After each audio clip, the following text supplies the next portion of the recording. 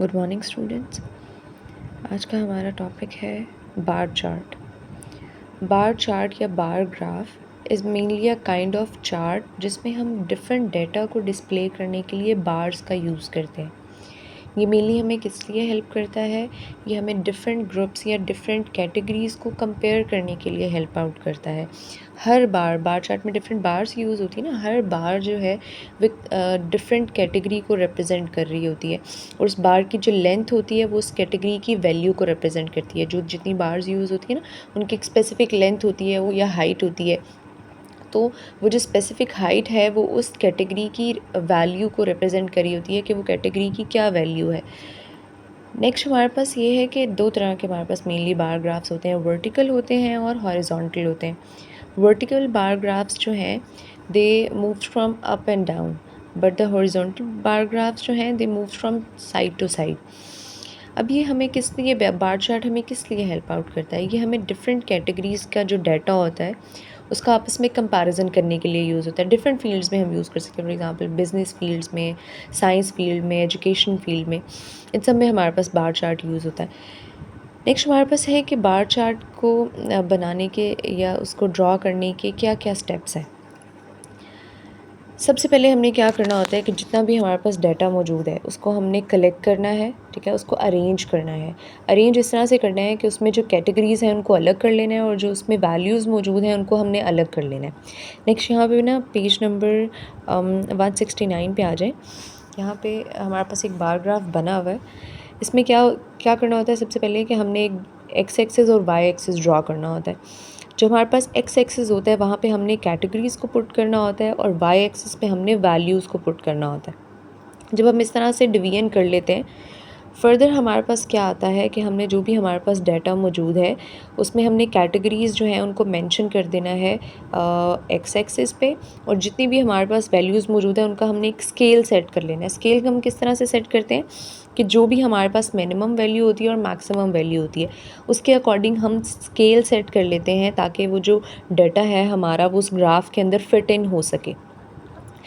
Next step हमारे पास क्या आता है कि हमने स्केल सेट करने के बाद जो डाटा होता है उसको हमने बार्स की फॉर्म में ड्रॉ करना होता है ऑन बार चार्ट। जो भी फॉर एग्जांपल जैसे हमारे पास यहाँ पे एक एग्जांपल आपको दी हुई है, consider the following data representing the number of different species of plants found in field survey. कि एक फील्ड का सर्वे किया गया और वहाँ पे डिफरेंट प्लांट्स की डिफरेंट स्पीशीज़ मौजूद थी, और डाटा आपको किस फॉर्म में दिया है? जैसे कि सबसे पहला आपको दिया हुआ है कि स्पीशी ए जो थी उसमें नंबर ऑफ प्लांट्स थे 15, स्पीशी बी में नंबर ऑफ प्लांट्स थे 20, स्पीशी सी में जो नंबर ऑफ प्लांट्स की वैल्यू है वो है 10, एंड स्पीशी डी में नंबर ऑफ प्लांट्स थे 25 एंड स्पीशी ई में नंबर ऑफ प्लांट्स थे 5।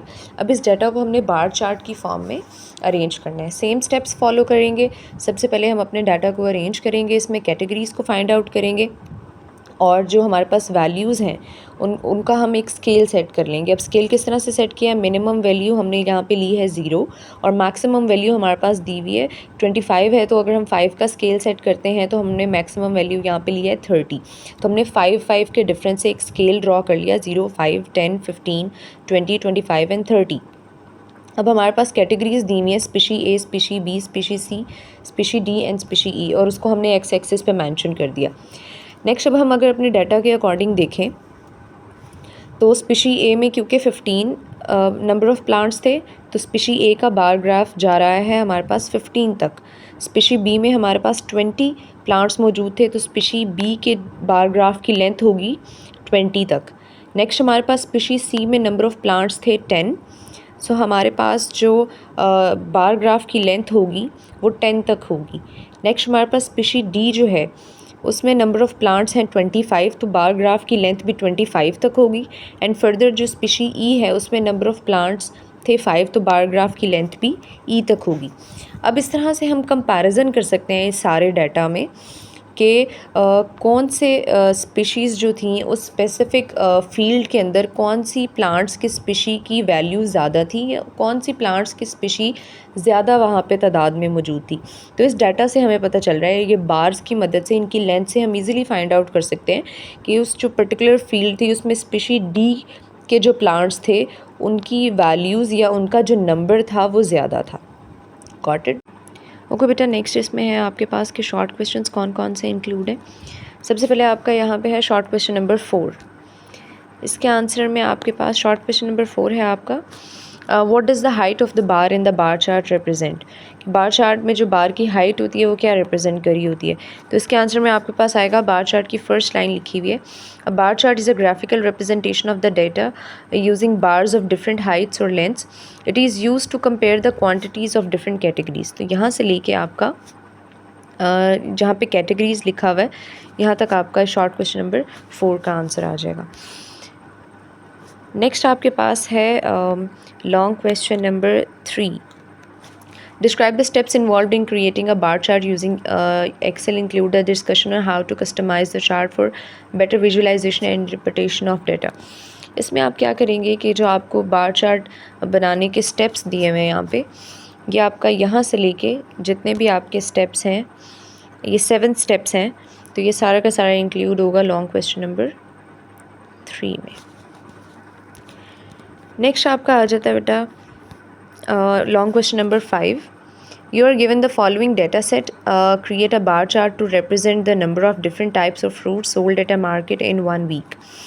यहाँ पे आपको एक डाटा सेट दिया हुआ है जिसमें आपको ये बताया गया है कि एक वीक के अंदर एक मार्केट के अंदर नंबर ऑफ़ फ्रूट्स कितने सेल हुए। डिफरेंट फ्रूट्स दिए हुए हैं आपको, एप्पल दिया हुआ है, बनाना, ऑरेंज, ग्रेप्स, मैंगो। अब आपने क्या करना है कि इसमें आपने ख़ुद से बार चार्ट ड्रॉ करना है होमवर्क में, जिसमें आप जो फ्रूट्स हैं उनको आप कैटेगरीज़ में मेंशन करेंगे और जो उनका नंबर है कि कितने नंबर ऑफ़ फ्रूट्स सेल हुए हैं विद इन 1 वीक उसको आप वैल्यूज़ में पुट करेंगे। और scales, first you have to set a scale for it. Next आप क्या करेंगे कि उन वैल्यूज़ को प्लेस करेंगे वाई एक्सिस पे और फर्दर इसके बार्स ग्राफ ड्रॉ करेंगे। तो ये आपका होमवर्क है। इंशाल्लाह नेक्स्ट जब भी आप स्कूल आएंगे तो मंडे को इंशाल्लाह तो आपका ये होमवर्क चेक होगा। ठीक है बेटा, this is all about today's lecture. Allah हाफ़िज़।